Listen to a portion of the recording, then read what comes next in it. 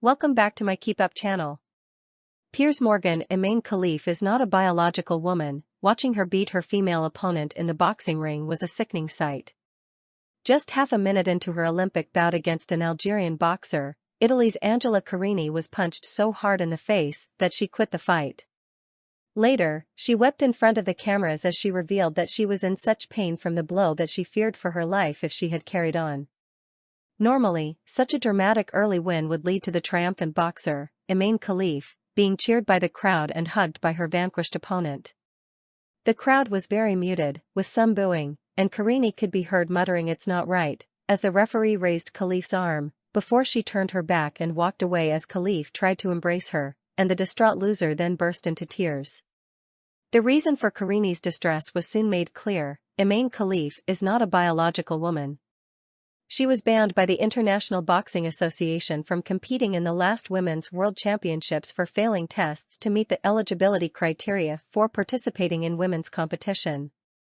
In other words, the IBA concluded she's not a woman, and its president, Umar Kremlov, confirmed to the Russian news agency TASS it had been proven that Khelif has XY chromosomes, unlike women who have XX chromosomes. This is a more complicated case than the barrage of shameful transgender scandals which have engulfed women's sport in recent years. Khelif reportedly has a condition called Swyer syndrome, which means she has some female reproductive organs, but also much higher levels of testosterone than women. As a result, she has a superior physicality to females, which can be seen by her tall, powerful frame. In other words, she has an unfair advantage.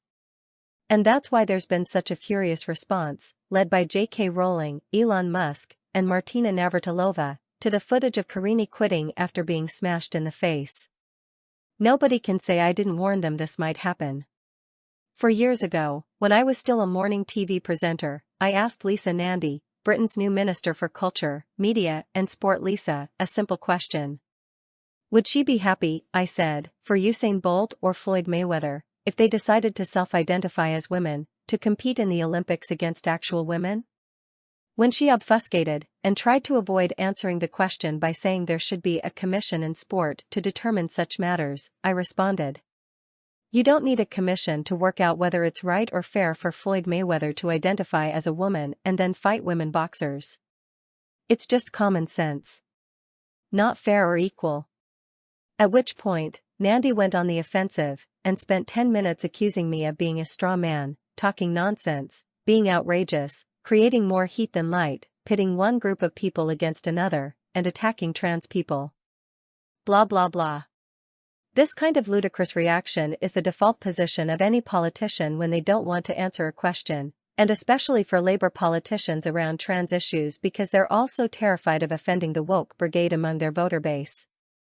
But Nandy's refusal to give me a simple answer to a simple question, albeit one with enormous repercussions, was very telling, and frankly, very concerning given she's now Minister for Sport in this country. The obvious, indisputable, medical, and scientific truth is that someone born with male biology of any kind has an obvious physical advantage over biological females. That's why we keep the sexes apart in the Olympics. Otherwise, women would barely win a single medal. To pretend otherwise is to be either utterly deluded or willfully dishonest. I believe, as former, and possibly the next, U.S. President, Donald Trump, said earlier this week, that all trans women athletes should be banned from competing in women's sport. Not because I'm transphobic, I've always very publicly supported trans people's rights to the same fairness and equality the rest of us enjoy.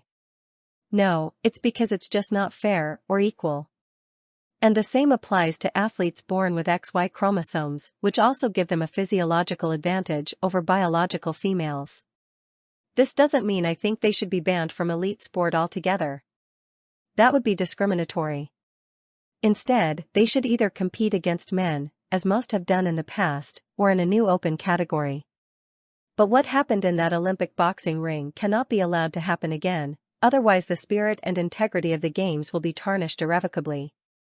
As Italy's Prime Minister, Giorgia Meloni, said in support of Carini. From my point of view, this was not an equal competition. I think that athletes who have male genetic characteristics should not participate in women's competitions. Not because we want to discriminate against anyone, but to protect the rights of female athletes to compete on equal terms. We have to pay attention, in an attempt to not discriminate, that we're actually discriminating. She's right. And we all know she's right. Source: thesun.co.uk. Please like, share, and subscribe. Thank you for watching.